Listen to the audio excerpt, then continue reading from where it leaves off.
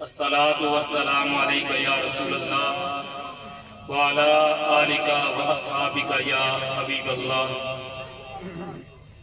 میری تو بس اتنی سی کہانی ہے، جو بھی ہے مدینے والے کی مہربانی ہے۔ میری تو بس اتنی سی کہانی ہے، جو بھی ہے مدینے والے کی مہربانی ہے، اور جو بھی وقت آپ کی یاد میں گزرا یا رسول اللہ میری تو بس یہی زندگانی ہے۔ بعد حمد و صلاۃ انتہائی عقیدتوں کے لائق ہمارے رہبر، ہمارے رہنما استاذنا الکریم حضرت قبلہ علامہ قاری عزیز الرحمن چشتی صاحب دامت فیوزہم و برکاتہم، جمیع علماء ذی وقار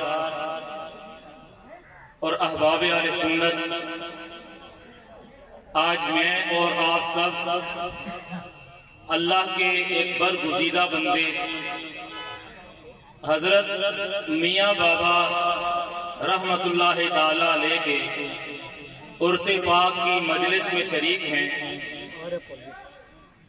سب سے پہلے میں ان نوجوانوں کی خدمت میں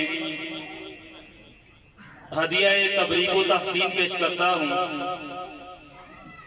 کہ جنہوں نے دن رات ایک کر کے اس مجلس کا اہتمام کیا، اپنی مصروفیات چھوڑی اور اس کار خیر میں اپنا حصہ ملایا،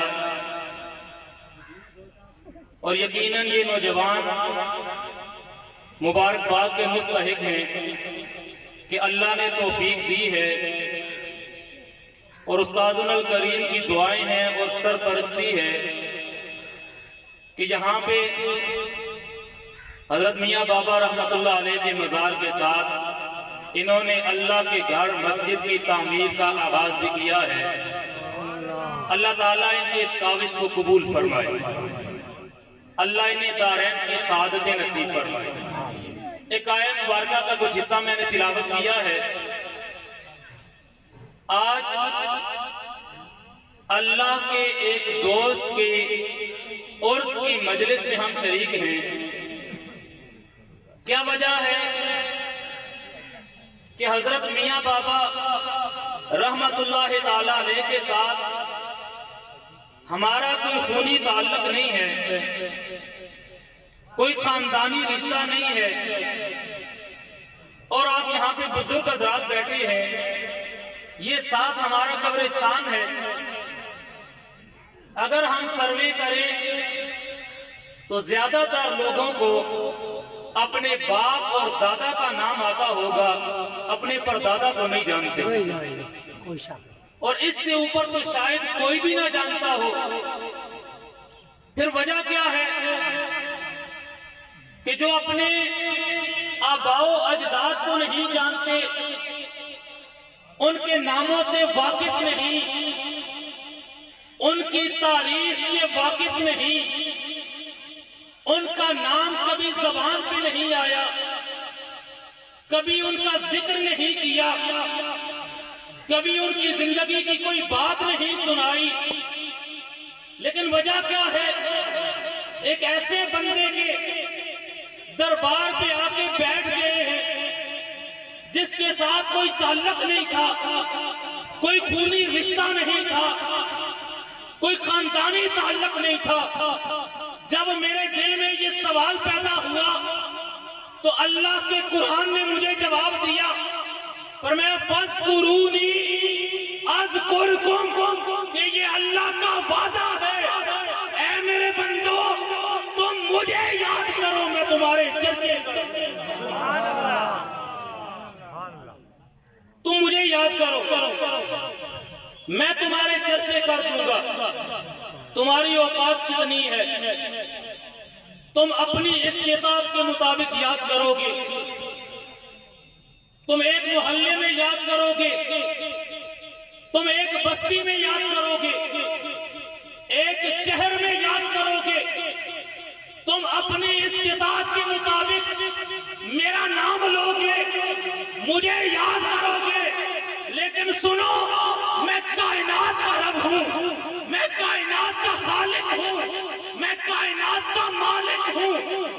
مجھے یاد کرو گے، اپنی زندگیاں میرے نام لگا دو گے، میں صلہ یہ دوں گا کہ قیامت تک چھوٹے چھوٹے بچے کی زبان پہ میاں حسن سرکار کا نام جاری کر دو۔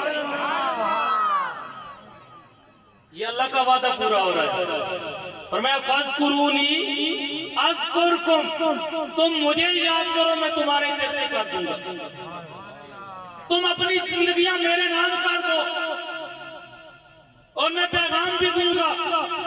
اللہ یہ بتانا چاہتا ہے کہ میرے بندو، جو میں کہتا ہوں وہ کرو۔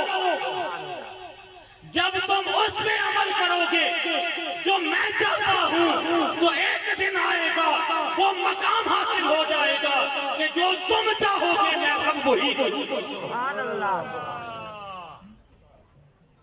اور بعض اوقات لوگ باتیں کرتے ہیں، یہ جو اللہ والے ہیں، میرا عقیدہ اور میرا ایمان ہے کہ یہ وہ عظیم ہستیاں ہیں کہ جو اپنی زندگی میں بھی مخلوق خدا کو فیض دیتی رہی ہے اور قبر میں لیٹ کے بھی فیض تقسیم کر رہی ہے۔ یہ اپنی زندگی میں بھی نفع دیتے رہے ہیں اور آج بھی مخلوق خدا کو فائدہ دیتے ہیں۔ ہم ویسے نہیں آ جاتے۔ جو آیت مبارکہ کا کچھ حصہ میں نے تلاوت کیا ہے، اللہ تعالیٰ نے ارشاد فرمایا یمحو اللہ ما یشاء ویثبت، اللہ جو چاہتا ہے لکھ دیتا ہے، پھر جو چاہتا ہے مٹا بھی دیتا ہے۔ میں نے سوچا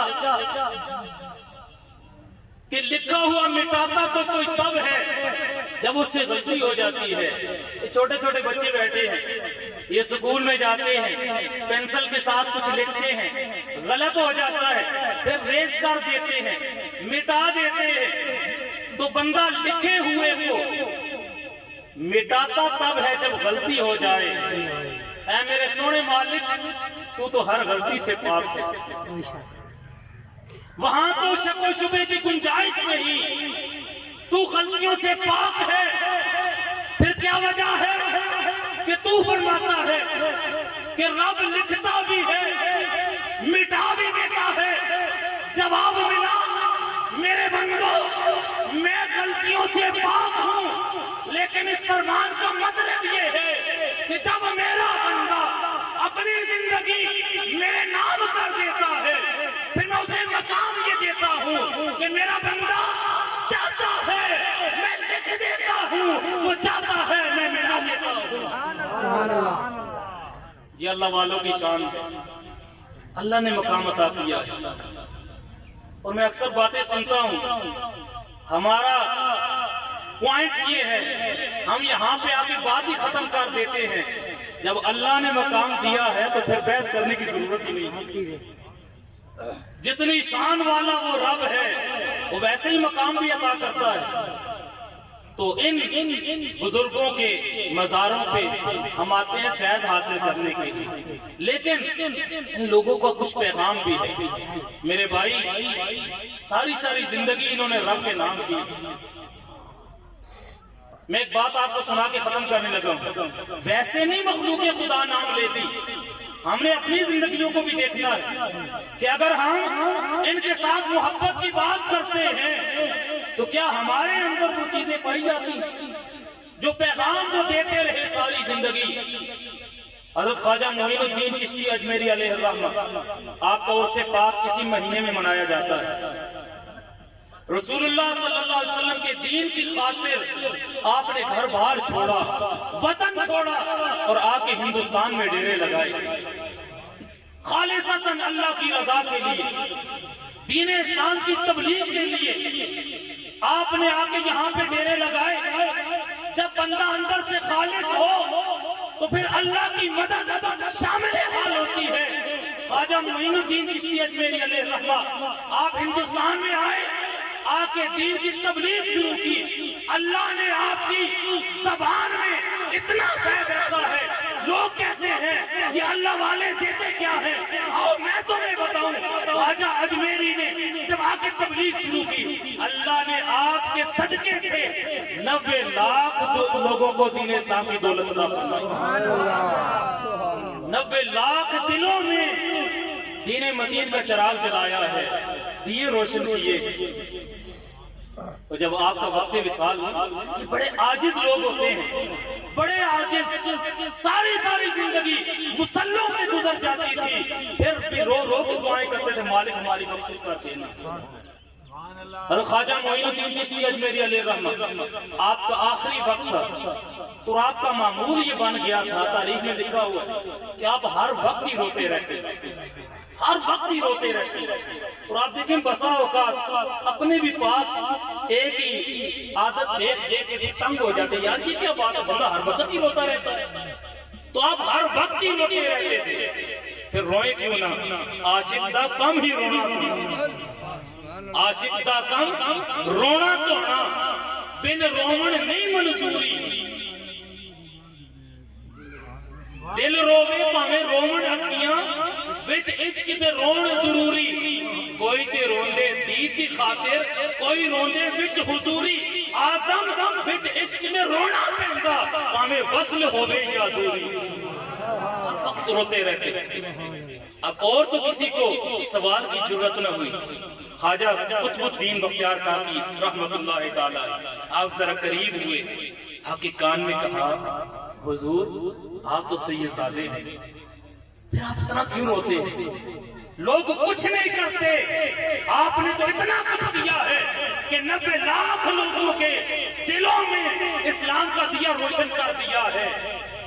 آپ نے تو ساری زندگی مسلح میں گزاری ہے، آپ نے لوگوں کو دین کا پیغام دیا ہے، لوگ کچھ نہیں کرتے، آپ نے تو اتنا کچھ کیا ہے، پھر آپ اتنا کیوں روتے ہیں؟ رو کے فرمایا قطب الدین، یہ جو تو نے نیکیاں گنوائی ہیں، یہ سارے میرے نامہ اعمال میں موجود ہیں، یہ سارے کام میں نے کیے ہیں، لیکن روتا اس لیے ہوں کہ جس بارگاہ میں جا رہا ہوں پتہ نہیں میری نیکیاں اس بارگاہ کے قابل بھی ہیں یا نہیں۔ یہ انتہا کی عاجزی تھی۔ تو یہ اللہ والے ساری زندگی ہمیں پیغام دیتے رہے، آج ہو گئی دین کا پیغام سمجھ لو۔ وہ 1450 سال پہلے حضور امام الانبیاء صلی اللہ علیہ وسلم نے جو پیغام دیا تھا اسے سینے کے ساتھ لگا رہا، وہ جو حضور نے پیارا سا نظام دیا تھا، شریعت کا نظام، اسلام کا نظام، اسے سینے کے ساتھ لگا لو، پھر اس دنیا میں بھی برکتیں آئیں گی اور قیامت کے دن بھی برکتیں نصیب ہوں۔ اللہ تعالیٰ سے دعا ہے کہ جو کچھ بیان ہوا اللہ ہمیں عمل کرنے کی توفیق عطا فرمائے۔